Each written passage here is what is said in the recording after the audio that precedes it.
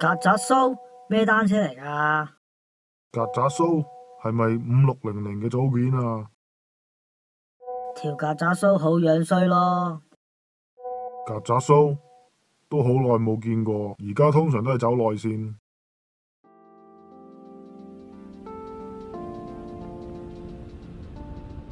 其實一開頭我都唔係太明咩叫做曱甴蘇，直至到我睇翻自己之前拍嘅片，就開始留意到槍手位嗰兩條嘅 wire 真係有啲似兩條曱甴蘇揼咗出嚟。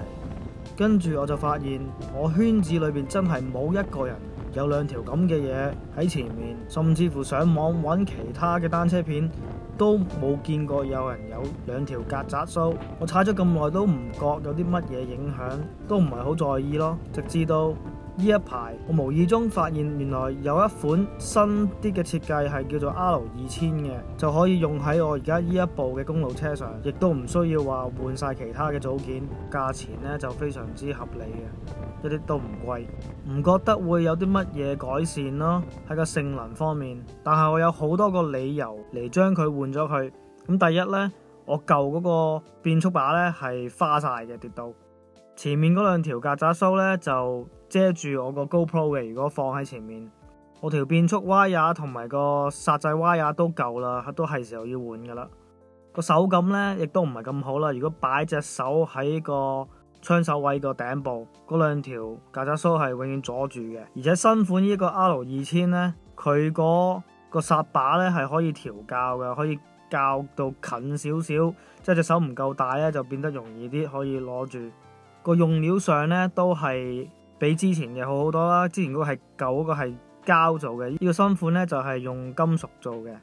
同埋最主要嘅原因呢，真係嗰兩條曱甴蘇係非常之樣衰嘅。冇咗嗰兩條嘢喺前面呢，拍啲片出嚟呢就睇落去舒服啲啦。同埋個單車望落去都睇落去新好多，現代感啲咯。咁今日呢一條短片呢，就會教大家點樣拆除同埋安裝呢一個 R2000 嘅變速把。舊嗰個呢就跟埋呢一個 barrel adjuster 喺正個變速把嘅側邊嘅。咁新一款呢，我哋就要直接喺嗰條 cable housing 嗰度加埋呢個 inline barrel adjuster 嘅。工具方面呢，我哋只係需要呢個 4mm 同埋 5mm 嘅六角匙，同埋一個鐵鉗嚟剪 wire 同埋個 housing 嘅。如果你中意踩單車，特別係公路車，就記得訂閱我哋呢一個頻道，仲有撳埋個鐘仔，就唔會錯過下一條片嘅 upload。OK， 我哋而家開始啦。咁第一樣嘢要做呢，就係將個變速器減到最低扯力，將前面校到去細餅，後面亦都校到去細餅。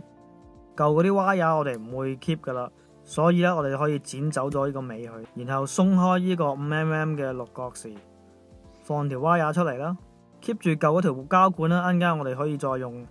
就算你諗住換條新嘅落去呢，最好都 keep 住舊嗰條嚟做個長度嘅比例咯。剎掣都係一樣啦，我哋要剪走個尾啦，然後之後鬆開呢個 4mm 嘅六角匙，之後呢就可以鬆開呢條 wire 嘅。其實呢，如果你唔係成個變速把要換呢，好似我而家咁啦，你呢就應該可以唔需要攞走個巴帶嘅。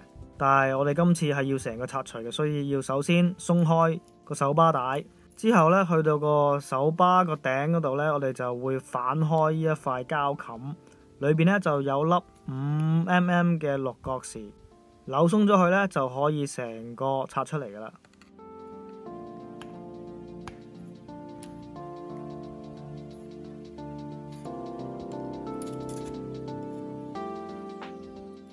OK， 我哋放呢一個新嘅 R2000 上去，對翻手位啦。然後扭翻緊嗰粒 5mm 嘅六角匙，呢一個全新嘅變速把咧就跟埋個變速 wire 嘅。咁平時咧，如果你就係想要換條 wire 咧，就好簡單嘅啫。有一邊咧就有一個窿嘅，你條線咧就要放入去呢一個窿度啦，係 make sure 係入到去裏邊個底度。之後咧，另外嗰邊咧條 wire 就可以透過呢一條咁嘅坑位出嚟啦。記得要冚翻實呢一塊灰色嘅膠蓋，下一樣嘢呢，我哋就放條新嘅剎制蛙牙上去。我就上網買咗一個 Shimano 嘅啱任何單車用嘅剎制蛙牙連溝繩嘅。條蛙牙呢就有兩個頭嘅，一個圓形頭，另外嗰一邊呢就係似一個圓柱嘅頭，你就可以剪走你唔要嗰一邊咯。呢一包嘢都跟埋嗰啲唔同嘅溝繩嘅蓋，佢裏邊總共有兩條蛙牙嘅。我哋而家係整緊呢個前面嘅剎制，所以呢就要攞條短嘅。OK， 我哋掹低個剎把呢，就見到裏邊有一個咁嘅戒指位，直接放條蛙牙入去，捐個裏邊嘅窿，然後之後就由呢一邊出返嚟。下一樣嘢我哋要做呢，就係要安裝條新嘅溝繩。我哋可以攞翻嗰條舊嘅嚟度，睇下需要有幾長，大約咁多度啦。剪完之後呢，就最緊要 make sure 剪個位呢係平嘅，同埋呢攞一樣尖嘅嘢嚟鋥翻圓裏邊個窿位，令到佢開翻口咯。有啲剎制呢，就需要你安裝呢一個尾蓋落呢個溝繩嗰度嘅。而我呢一款 Shimano 105R7000 型號呢，就唔需要用呢種蓋嘅，可以直接插條溝繩 cable 落去嘅。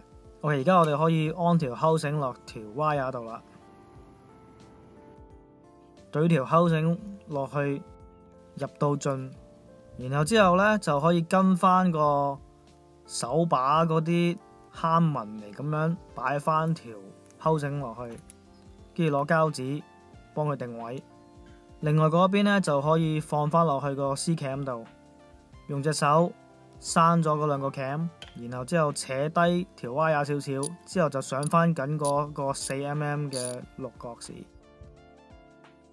OK， 而家我哋就搞下嗰條變速嘅蛙牙。咁首先呢，佢就跟埋呢一個膠嘅尾，我哋就穿入去呢一條蛙牙度，跟住之後插入去呢個變速把嘅後面呢個方位啦。之後呢，我哋就睇下嗰條溝繩啦。我就冇買一條新嘅，所以呢就會用翻舊嗰條。咁頭先講過啦，我哋會裝埋呢一個調校器嘅呢個 barrel adjuster 落去呢條直接落嘅溝繩度嘅。個安裝位置呢，就應該係喺啲冇咁曲嘅位置，同埋避免掂住個車架咯。大概呢一個位度咯。OK， 我哋拆開呢一包嘢，佢就跟埋好多唔同頭同尾嘅。咁我哋就按翻頭先我哋睇嗰個溝繩個位置啦，剪大約咁多度啦。然後呢，就安裝晒所有配件喺呢個次序咁樣。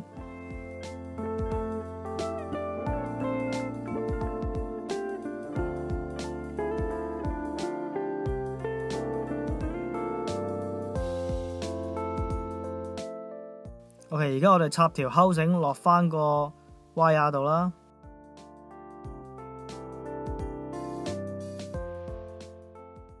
插到最入，然後呢，擺落去嗰個手把嗰條坑嗰度，跟住用膠紙綁緊佢啦。之後呢，我哋可以擺個 barrel adjuster 落嗰個位度，攝條蛙牙入去啦。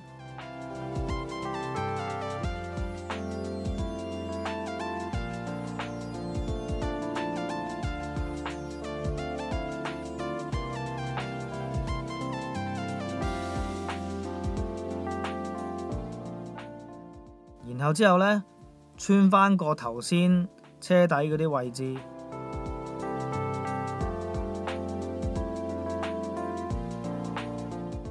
駁翻上去前鏈柄個變速器嗰度，拉緊條線之後上翻緊呢個5mm 嘅六角螺絲啦。OK， 之後呢，我哋就可以包翻靚個手巴帶，然後之後反翻一塊膠冚落去啦。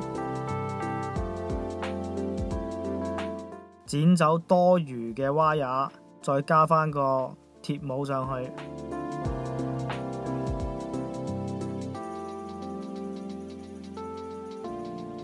咁樣就完成一邊啦。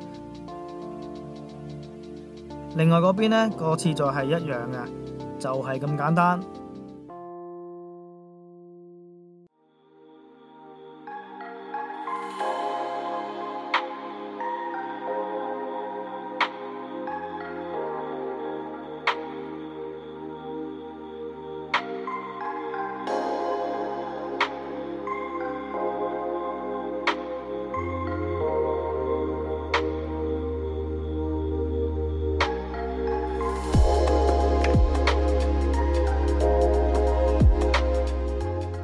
望呢條短片會幫到大家啦。